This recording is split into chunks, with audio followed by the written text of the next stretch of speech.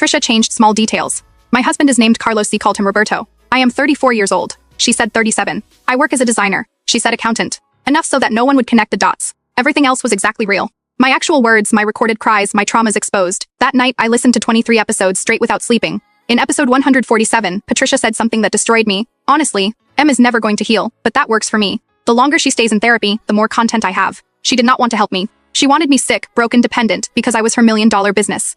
The next day I arrived at my 4 o'clock session as always. Patricia greeted me with her warm smile. Valeria, so good to see you. How was your week? I sat on the gray couch where I had sat 247 times. I looked at the coffee table. There was her black recorder, as always small. I pretended normalcy. It was a difficult week. Carlos and I had another big fight. Patricia nodded, taking notes in her notebook. Tell me more about that. While I talked, she wrote. Now I knew the truth. Those notes were the script for her next episode, episode 248. When the session ended, Patricia smiled. Valeria, you are making incredible progress. I will see you next week. I paid her the usual $200. I left her office on the 8th floor, but I did not leave the building. I waited in my car in the parking lot. 5 minutes later, Patricia came out with a young woman, her production assistant. I followed them at a distance. Today's episode is going to be gold, Patricia said.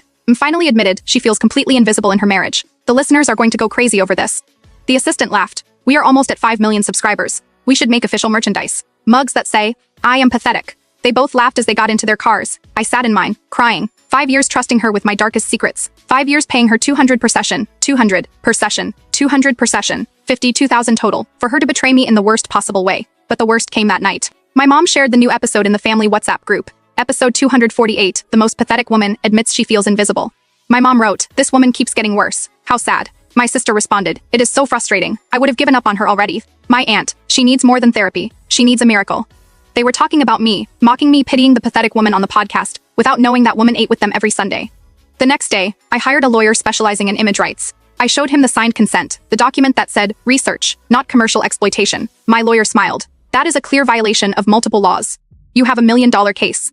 Then I hired a private investigator. Find out everything about Dr. Patricia Ruiz. 3 days later, I received a 47-page report. Patricia Ruiz was not her real name. She was called Patricia Sandoval. She lost her psychology license in Texas 7 years ago for violating patient confidentiality. She was practicing illegally in California under a false identity, but there was something else in the report. Something the investigator highlighted in yellow, something that when I read it, I was paralyzed, because I finally understood why Patricia chose me specifically. Why? Of all her patients, I was the star of her $1 million podcast.